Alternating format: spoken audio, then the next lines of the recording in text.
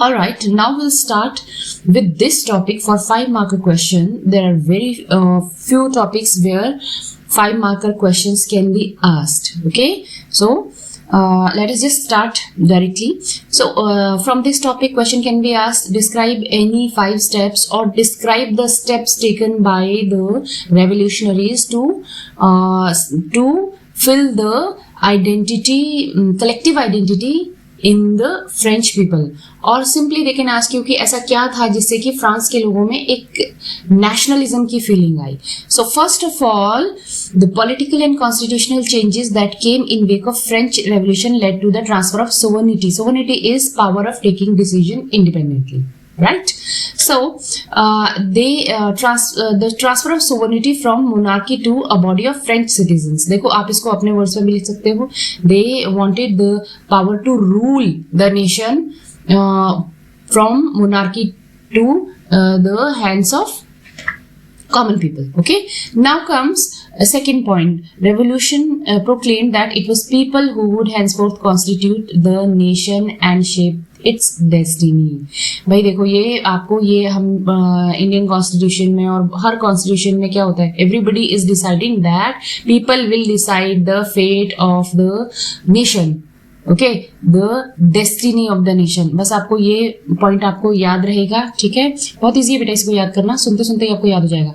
अब देखो, अब इन्होंने जो एक नई चीज की वो इन्होंने ये की that they introduced various measures and practices that could create a sense of collective identity. अब देखो, आपको इसमें याद कैसे करना है इसको, आपको बस ये एक वर्ड याद रखने हैं, ये याद रखना है, a sense of collective identity. Okay, collective identity amongst the French people.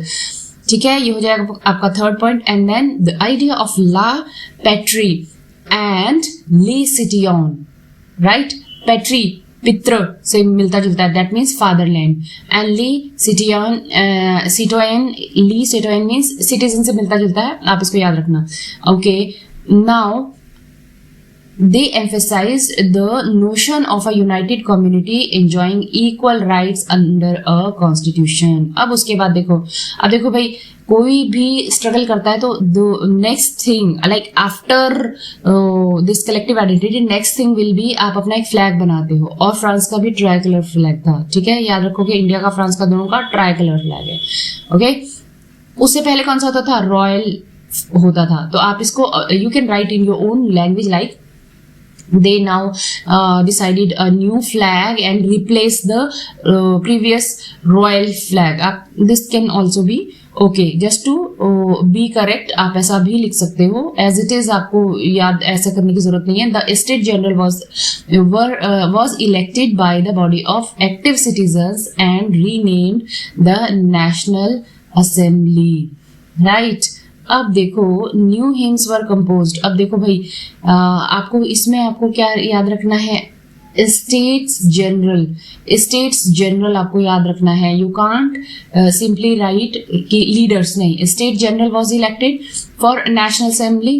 Okay, and new hymns were composed, oaths were taking and martyrs commemorated in all in the name of a nation.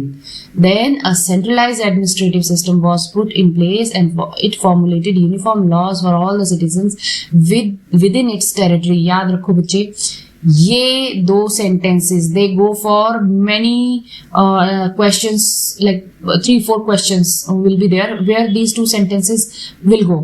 है ना, Napoleon ने भी यही किया था, बाकी European countries ने भी यही किया था when they tried to unify their country. Okay, so they are important. आप इसको बस आप इसको रट लो बिल्कुल से. एक है new hymns were composed, right, and the second is a centralised administrative system was introduced. Now, internal custom duties and dues were abolished and a uniform system of weights and measures was adopted. And regional dialects were discouraged and French was taken as the common language for the nation.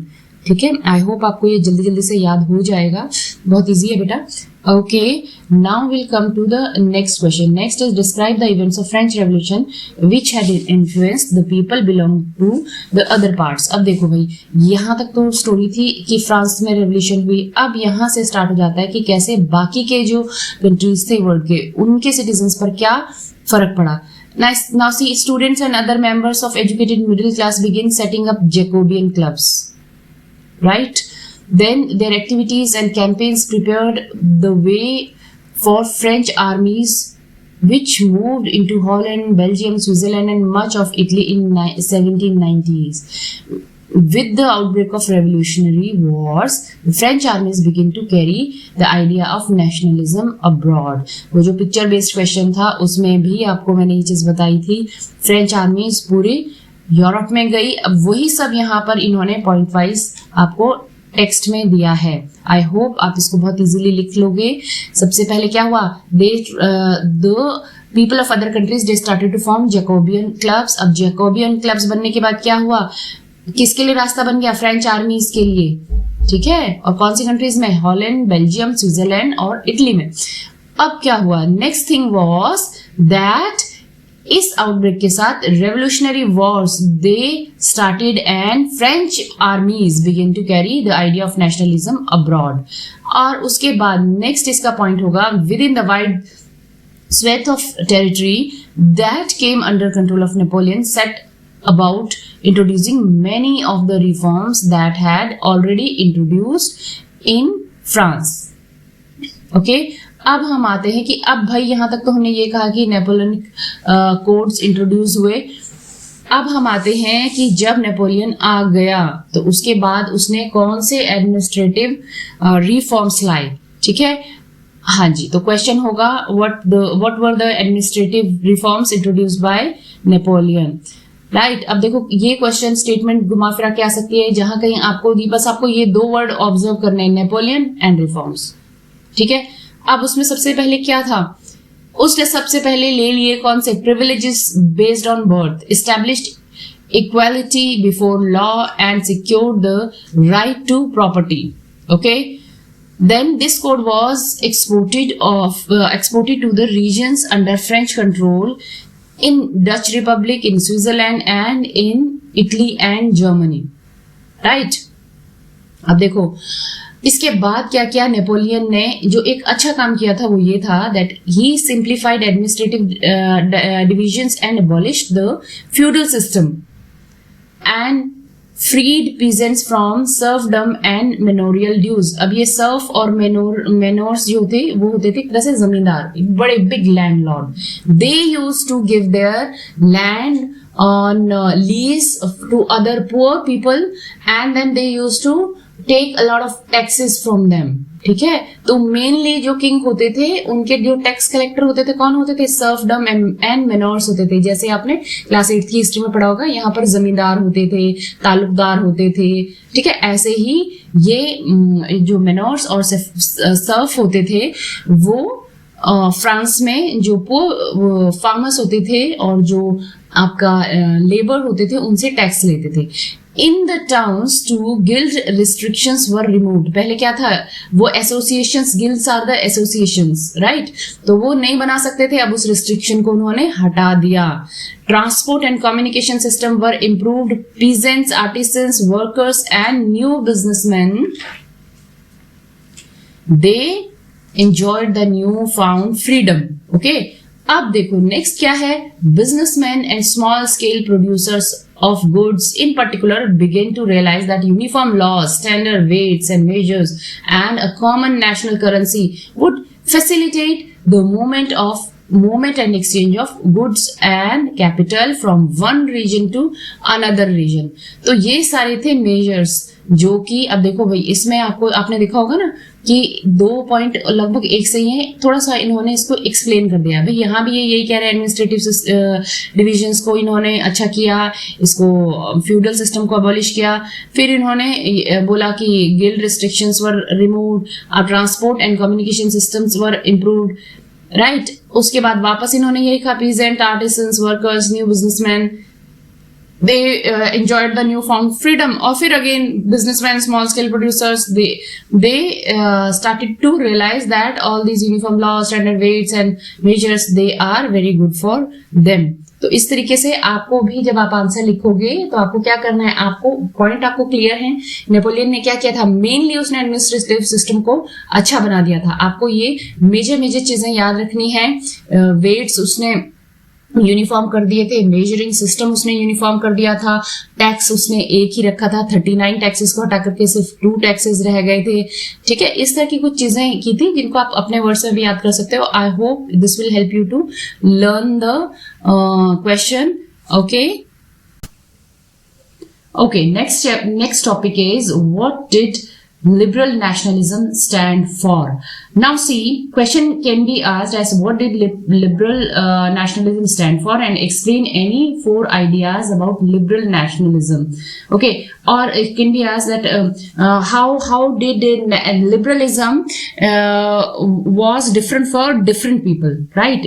Or how liberalism influenced political ideas, social ideas and economic ideas. इस तरह से कुछ भी आ सकता है। आपको main important चीज आपको ये ध्यान रखनी है कि उस किसी भी क्वेश्चन में लिबरलिज्म वर्ड आ गया ना आपको, एंड आइडियाज, ठीक है, और एम्फोसिस आ गया, तो उसमें ये सारे पॉइंट्स होंगे आंसर। अब देखो, लिबरलिज्म का जो मीनिंग था वो हर इंसान के लिए अलग था। You have to remember this.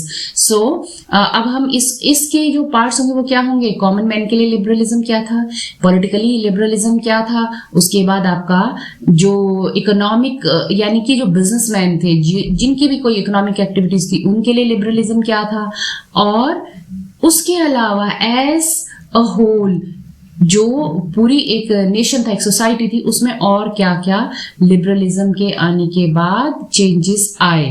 Okay, and so the answer, you can start the answer with this line, that term liberalism is derived from Latin root liber, meaning free. Okay, then for middle class, liberalism stood for freedom of individual and equality of law before equality of all before law. Right, अब politically क्या था, that people choose their representative in government through parliament, as simple as that, right. It emphasized the concept of government by consent, right. अब देखो, अगर तो देखो बेटा, आपको ये एज इट इज लर्न हो जाता है। You can just pause the video, you can learn this lines, और you can just learn the lines from your book. But if you find it difficult to learn word by word, then जो मैं आपको बता रही हूँ आप उस तरीके से पॉइंट्स अपने आप बना सकते हो। ठीक है, you can simply write middle class, for middle class people liberalism meant equality before law, and for political people, or the from political point of view, it meant a government formed by the people through election, right? And 19th century liberals also stressed the inviolability of private property. अब देखो, अभी तक जो property के owner होते थे वो serves होते थे, मेनोर्स होते थे, और चर्च होता था या नोबल मैन होते थे, राइट। अब उन्होंने बोला कि जो काम करेगा लैंड में उसी को ओनरशिप मिलनी चाहिए। ठीक है, then comes in economic sphere, liberalism stood for freedom of market, abolition of state imposed restrictions on the movement of goods and capital. अब एक तो ये हो गया, इसको नॉर्मल आप अपनी सिंपल लैंग्वेज में बोल सकते हैं, abolition of so many restrictions on movement of goods and capital. ये आपको इजीली याद हो जाएगा. उसके अलावा देखो, अब इन्होंने क्या किया, in 1834 कस्टम यूनियन और Zollverein was formed at the initiative of Prussia and joined by most of the German states, right? Or you can simply write that new guilds were formed, and the union, or these guilds or the union, abolished tariff barriers and reduced the number of currencies from over 30 to 2. अब देखो उस time में क्या होता था, इस time period में during 1830s 20s and 30s में, means right before the liberalism, क्या होता था, छोटे छोटे से टेरिटरीज होती थी, उनके कोई एक लीडर होते थे, वो अपनी करेंसी चला देते थे। आप ये समझ लो कि छोटे छोटे, जैसे हमारे यहाँ पर छोटे छोटे स्टेट है, हर स्टेट की अपनी करेंसी है, अपने टैक्स हैं। तो अगर एक इंसान को लेटर से इन इंडिया, आप इमेजिन करके समझ सकते हो कि इंडिया में अगर आपको जाना है तमिलनाडु से, आपको मध्य प्रदेश तक जाना है, then you will have to pay taxes to all the states which come in between, और उसमें भी जो अलग अलग उनकी भी जो डिस्ट्रिक्ट्स हैं उनको भी दे रहे हो। तो दिस वे कितने हो जाते थे, करेंसीज कितनी होती थी, और टैक्स तो होते थे बहुत सारे, बट करेंसीज भी कितनी थी, over 30, all in all I think 39 थी, ठीक है। बट इन्होंने यहाँ पर ओवर 30 दी हैं, उससे घटकर कितनी हो गई, 2 हो गई, right. And then creation of a network of railway further stimulated the mobility, harnessing economic interest to national unification। अब क्या होगा, अब देखो ये सेम चीजें आपने नेपोलियन के रिफॉर्म्स में भी पढ़ी थी। देखो वो चीजें ऑलमोस्ट वही हैं। आपको याद क्या रखना है, अगर ये सेम क्वेश्चन यूरोप के लिए आ रहा है तो you have to add names of the European other countries also. France के लिए आ रहा है तो वो सिर्फ उसमें फ्रांस ही आप लिखोगे, बट वही सेम चीजें देखो रिपीटेडली आ रही हैं। तो आपको मेनली, आप जो मैंने आपको बताया कुछ मेन पॉइंट आप लर्न कर लो, वो आप हर क्वेश्चन में you can right that, because same things were happening obviously, right? Then a wave of economic nationalism strengthened the wider nationalist sentiments growing at the time. So I hope आपको बहुत easy words में अब इसको लिखना आ गया होगा। Then comes our next question that can be asked. Okay, next question that can be asked is from here. How did culture play an important role in creating the idea of nation in Europe? अब देखो भाई, culture क्या होता है, culture आपको मालूम ही है, school में कल्चरल फेस्टिवल में क्या क्या होता है, डांस होता है, म्यूजिक होता है, ठीक है, कोई पोइट्री होती है, लोग उसमें अपनी पेंटिंग्स एग्जिबिट करते हैं। Alright, so all these things they are part of culture. So now अगर कल्चर से रिलेटेड कुछ भी क्वेश्चन आता है तो आपने उनमें किन सब चीजों के बारे में लिखना है, you have to write about the cultural things. बस आपको अपने स्कूल के कल्चरल फेस्ट को याद करना है, right? Art, poetry, stories, music, right? Then you have to write culture played an important role in creating the idea of a nation. Art, poetry, stories, music help express the and shape nationalist feeling. अब आप देखो दो चीजें हैं इसमें, एक तो culture, दूसरा नेशनलिस्ट फीलिंग। आपको दोनों को ऐड ही करना है, that they all help to shape the nationalist feelings. अब इसमें है रोमांटिसिज्म। रोमांटिसिज्म होता है जब आप किसी भी चीज के बारे में बहुत पॉजिटिव और बहुत एनर्जेटिक अच्छे एक सेंस में बात करते हो, right? So romanticism a cultural movement which sought to develop a particular form of nationalist sentiment, right? And romanticism, आप यहाँ पर ये कॉमा की जगह you can write romanticism started a cultural movement which sought to develop a particular form of nationalist sentiment. Romantic artists and poets generally criticize the glorification of reason and science. Now you see, यहाँ आपको ये जानना जरूरी है कि जो आपकी 1600 वाली सेंचुरी थी, 1700 वाली सेंचुरी थी, उस टाइम यूरोप में साइंस डेवलप कर रही थी, रीजनिंग डेवलप कर रही थी, तो लोगों का एक जो एटीट्यूड था that was very much scientific. लेकिन अब वो टाइम था when people started to realize that emotions they matter, feelings they matter, right? अब देखो इसमें और क्या क्या हुआ, the focused and they ये था that they criticized the glorification of reason and science and focused instead on emotions, intuitions, right? They focused on emotions, intuitions and mystical feelings. The effort was to create sense of a shared collective heritage, a common cultural past as the basis of a nation, right? लोगों को ये एहसास कराया गया कि तुम सब एक हो और तुम्हारा एक कलेक्टिव पास्ट था, right?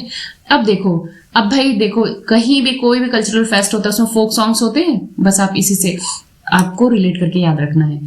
It was through folk songs, folk poetry, folk dance that true spirit of a nation was popularized. देखो इंडिया के भी हम अगर कल्चर की बात करते हैं तो उसमें फोक सॉन्ग, फोक डांस आ जाता है, बस आपको इससे रिलेटेड करके याद रखना, ये पॉइंट आपको याद हो गया समझो। So collecting and recording these forms of culture was essential to the project of nation building. Now the emphasis on vernacular language, देखो vernacular की अगर आपको याद ना रहे तो local language आप लिख सकते हो, vernacular means local, right? The emphasis on vernacular language and the collection of local folklore was not just to recover an ancient national spirit, but also to carry the modern nationalist message to large audiences who were mostly illiterate. अब देखो आपको ये बात याद रखनी है, ज्यादातर लोग क्या थे वहां पर, इलिटरेट थे। ऐसा नहीं था कि सभी बहुत ही एजुकेटेड थे, ठीक है। तो वो जो इलिटरेट लोग होते थे उनको आप जाकर के बड़े बड़े लेक्चर दो बड़ी अच्छी हाई फाई लैंग्वेज में, they could not understand. So it was very easy to make a song, folk song basically, in their own language and then send a message, right? And then even though Poland no longer existed as an independent territory, national feeling was kept alive through music and language. अच्छा, इसको आप इस line को आप simple कैसे याद रखोगे? आप उसको सीधे से बोलोगे पोलैंड किसके अंडर था? रशिया के अंडर था। अभी भी आपने देखा होगा जब रशिया यूक्रेन की वॉर हुई तो पोलैंड इज सपोर्टिंग यूक्रेन। इससे आप याद रखना कि पोलैंड और रशिया का बहुत पुराना है ये जो भी आपस में कॉन्फ्लिक्ट है, ठीक है। अब आप उस पॉइंट को यहाँ कैसे लिखोगे? रशिया इन्वेडेड पोलैंड, ठीक है, इजी है याद करने में। अभी यूक्रेन को क्या है, इन्वेडेड पोलैंड, उन्होंने उसको, और उन्होंने क्या किया, they made it compulsory to study और read Russian language in the schools. तो अब उसको अपोज करने के लिए क्या करते थे, पोलैंड में they started to keep the national feelings through music and language, simple, ठीक है। एंड देन बस आप इतना भी लिखोगे चलेगा, अदरवाइज आप ये वाला भी आप लर्न कर सकते हो, ये वाली लाइंस पॉज करके इसको पढ़ लो, याद होती है तो ठीक है। Language too played an important role in developing nationalist sentiments. अच्छा, अब यही वाला लैंग्वेज आ गया है कि रशियन ऑक्यूपेशन के बाद लोग जानबूझकर कोशिश करके एफर्ट लगा करके पॉलिश लैंग्वेज को बोलते थे, ठीक है। So that is how culture played an important role in inculcating nationalist feeling. अब भाई ये सब चीजें तो चली रही थी, but the point is why was it that Europe actually faced a lot of revolutions. ऐसी क्या सिचुएशंस हुई जिसके कारण लोगों ने रेवोल्यूशन की? क्योंकि देखो आज भी बहुत सारी कंट्रीज है जहां पर किंग क्वीन है, फॉर एग्जाम्पल आपका यूएई है, राइट, वहां पर किंग और क्वीन है, लेकिन वहां तो कोई रिवोल्ट नहीं कर रहा है, ठीक है। तो रीजन क्या है? Because everybody is getting everything. आपको फूड मिल रहा है, आपको फैसिलिटीज मिल रही है, आपको सब चीजें मिल रही है, तो आप रिवोल्ट नहीं करोगे। तो ऐसा ही हर कंट्री में होता है बच्चे, जब तक आपको सब चीजें मिल रही होती हैं, आपका ऑपरेशन नहीं हो रहा है, तब तक आप बिल्कुल खुश हो, आपको कोई फर्क नहीं पड़ता who is ruling you, whether you belong to a country ruled by a dictator or a democratic country or a monarchy. You don't bother if you're getting everything. So there were certain reasons, right? अब इस वाले part में जो question बनता है वो क्या बनेगा? लाइक ये बन सकता है कि the decade of 1830 has brought great economic hardship in Europe, या फिर what were the conditions responsible for revolutions all around the Europe, ठीक है। अब वो कंडीशन क्या है ये हम क्विकली देखेंगे। First of all, the first half of 19th century saw an enormous rise in population all over the Europe। देखो सबसे बड़ी प्रॉब्लम ही ये थी कि पॉपुलेशन, एक तरह से पॉपुलेशन ब्लास्ट हो गया, बहुत ज्यादा पॉपुलेशन बढ़ गई, राइट। अब पॉपुलेशन का देखो, इंडिया में पॉपुलेशन ज्यादा है तो सबसे ज्यादा प्रॉब्लम किस में है? जॉब और एम्प्लॉयमेंट में, ठीक है। There were more seekers of job than employment. और लैंडलॉर्ड्स कैसे थे ये मैं आपको ऑलरेडी बता चुकी हूँ, ठीक है। लैंडलॉर्ड्स खुद कुछ नहीं करते थे, जो पुअर लोग होते थे they used to give them their land and then they used to take a lot of tax, right.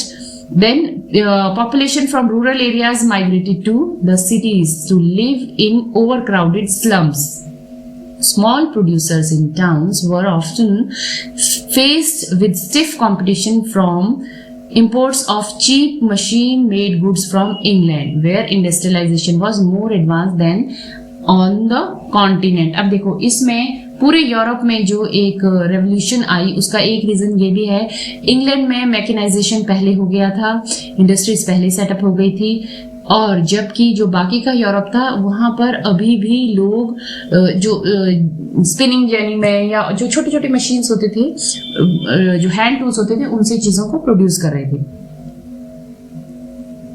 Alright, अब देखो क्या हुआ कि exactly the same way they did in India कि वहां से ब्रिटेन से बहुत ज्यादा मास प्रोडक्शन करके चीप प्राइस में इंडिया में उन्होंने चीजों को सेल आउट किया, ऐसे ही they did in Europe also. Right now, first of all, there are no jobs, then population is increasing, people are moving to the cities, and then comes the business is being affected by the cheap stuff that is being exported by the Britain. This was especially so in textile production, which was carried out mainly in homes or small workshop and was only partly mechanized in Europe. ये Europe की बात हो रही है, Europe में partly mechanise था.